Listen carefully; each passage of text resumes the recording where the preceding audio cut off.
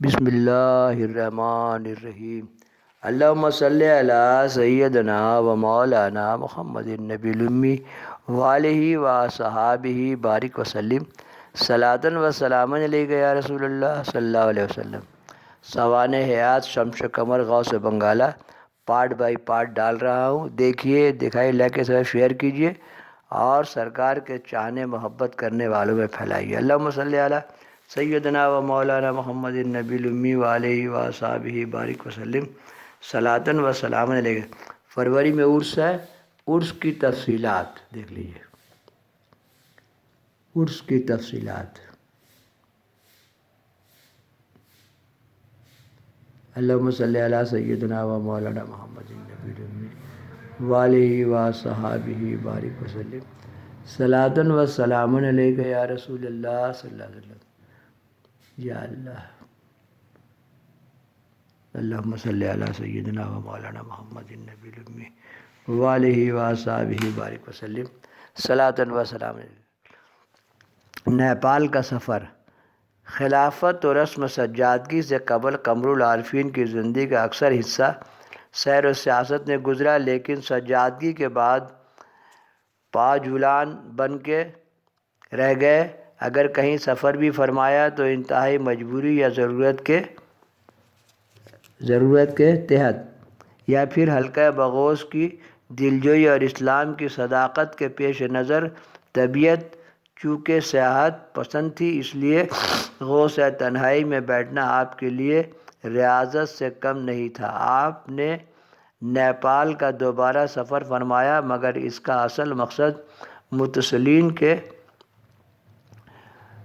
دلجوئی پر مرہم رکھنا، مہجور دلوں پر مرہم رکھنا تھا، یا پھر نیپال جیسے سنگلاخ آباد و ماحول میں اسلامی شمع کو مدھم لو کو تابناک بنانا تھا۔ جس زمانے میں آپ نے نیپال کا سفر کیا، اس وقت وہاں راناؤں کی حکومت تھی اور راستہ بے حد تکلیف دہ، طویل و نازک، اتار و چڑھاؤ کے ساتھ پیدل سفر کا تھا، اور جس کے ہاتھ میں عنان حکومت تھی وہ خود مسلمانوں سے کچھ بدظن تھا، جس کی وجہ سے نقصان پہنچنے کا اندیشہ تھا۔ جب حضرت کاٹمنڈو میں رونق افروز ہوئے تو وہاں کے مسلمانوں کو بے حد خوشی ہوئی اور سبھی نیاز مندانہ حاضری خدمت رہنے کو فخر و سعادت سمجھنے لگے۔ یہاں تک کہ آپ کے کشف و کرامت کی شہرت ہوئی تو خود راجہ کی طرف سے عرضی پیش ہوئی کہ داتا میری رانی سخت علیل ہے، ڈاکٹر طبیب وید مریض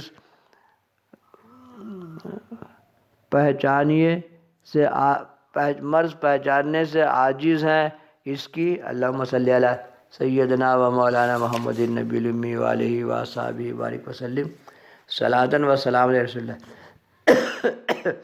اس کی زندگی اب تب میں ہے، اب آپ ہی اپنے قوت خداداد اور تدبیر سے اس کی دوسری زندگی دے سکتے ہیں۔ رانی کے شفا یابی اور مرض جذام کی بندی۔ الحمدللہ الحمدللہ الحمدللہ۔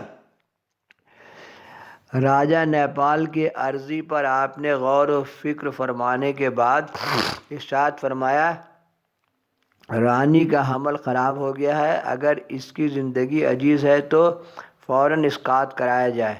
چنانچہ حضرت کے ارشاد کے بعد اسقاط کرایا گیا اور رانی صاحبہ اس ترکیب کی بدولت بچ گئی۔ جب وہ پوری طرح صحت یاب ہو چکی تو راجہ کا ایک بھائی جو مرض جذام کا شکار تھا اور کسی طرح شفایاب نہیں ہو رہا تھا، حضور قمر العارفین کی خدمت میں آیا اور طالب توجہ اور خواہاں کرم ہوا۔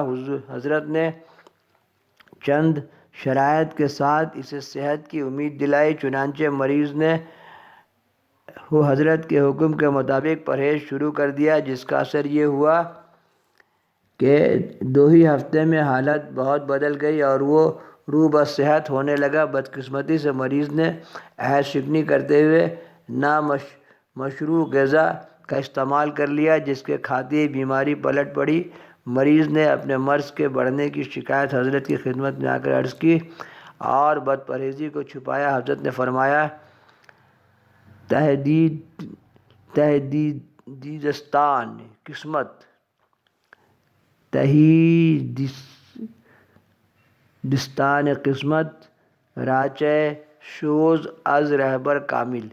میں نے چاہا تھا کہ صحت کامل ہو جائے، مگر جس اللہ کو منظور نہیں تو میں کیا کر سکتا ہوں۔ اس کے بعد اس مریض پر بہت برہم ہوئے اور علاج سے دستکشی کا اعلان فرمایا۔ پھر جب بہت سے سفارشوں کے ساتھ منت و سماجت کی گئی تو آپ نے ارشاد فرمایا کہ فقیر کا ہاتھ لگ چکا ہے، اس لیے مرض موجودہ حد سے تجاوز نہیں کرے گا، لیکن کامل صحت اب نہیں ہو سکتی۔ اللہم صلی علی سیدنا و مولانا محمد النبی الامی وآلہ وصحبہ بارک وسلم۔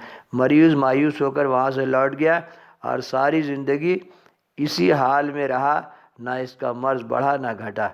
گفت اللہ بود۔ اللہم صلی علی سیدنا مولانا محمد النبی الامی وآلہ وصحبہ بارک وسلم۔ صلاۃ پیر کے زبان پر اللہ بولتا ہے، کیونکہ اللہ ان کا زبان ہو جاتا ہے، ہاتھ ہو جاتا ہے، پاؤں ہو جاتا ہے، آنکھ ہو جاتا ہے۔ اللہ اپنے اولیاء کا آنکھ بن جاتا ہے، ہاتھ بن جاتا ہے۔ قرآن اللہم صلی علی سیدنا و مولانا محمد النبی الامی وآلہ وصحبہ بارک وسلم۔ صلاۃ و سلام علیک یا رسول اللہ صلی اللہ علیہ وسلم۔